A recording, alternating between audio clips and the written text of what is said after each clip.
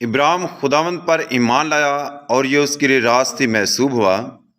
خداوند نے ابراہیم سے عہد کیا۔ ہمارے لیے آج کی پہلی تلاوت تکوین کی کتاب کے 15ویں باب کی پہلی 12 اور 17ویں اور 18ویں آیات۔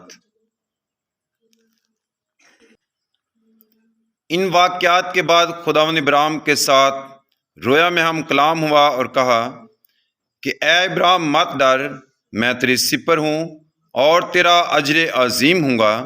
ابراہیم نے کہا اے خداوند خدا، تو مجھے کیا دے گا حالانکہ میں بے اولاد جاتا ہوں اور میرے گھر کا مختار الیعازر دمشقی ہے۔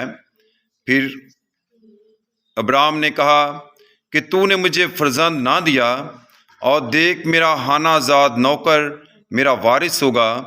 اور دیکھو خداوند اس سے ہم کلام ہوا اور کہا وہ تیرا وارث نہ ہوگا، مگر جو تیری صلب سے پیدا ہوگا وہی تیرا وارث ہوگا۔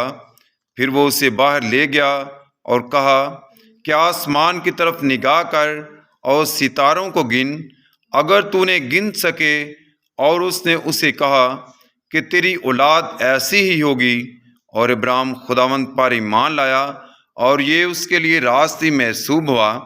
تب اس نے اسے کہا کہ میں خداوند ہوں جو تجھے کلدانیوں کے اور سے نکال لایا کہ تجھے یہ زمین میراث میں دوں۔ اور اس نے کہا کہ اے خداوند خدا، میں کیوں کر جانوں کہ میں اس کا وارث ہوں گا؟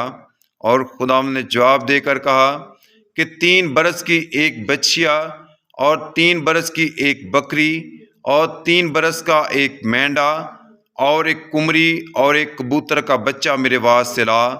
اور اس نے ان سب کو لیا اور ان کو بیچ سے 2 ٹکڑے کیا، اور ہر ایک ٹکڑا اس کے دوسرے ٹکڑے کے مقابل رکھا، مگر پرندوں کے ٹکڑے نہ کیے۔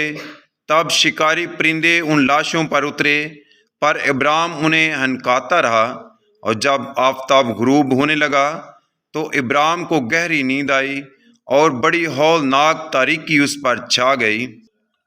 اور جب سورج ڈوبا اور اندھیرا ہو گیا تو دیکھو ایک تنور جس سے دھواں اٹھتا تھا اور ایک جلتی مشعل ان ٹکڑوں کے بیچ میں سے گزری۔ اسی دن خداوند نے ابراہیم سے عہد کر کے کہا کہ میں تیری اولاد کو یہ زمین دوں گا، مصر کے دریا سے لے کر بڑے دریائے فرات تک۔ پاک کلام کے پڑھے اور سنے جانے پر خدا کی برکت ہو، خدا کا شکر ہو۔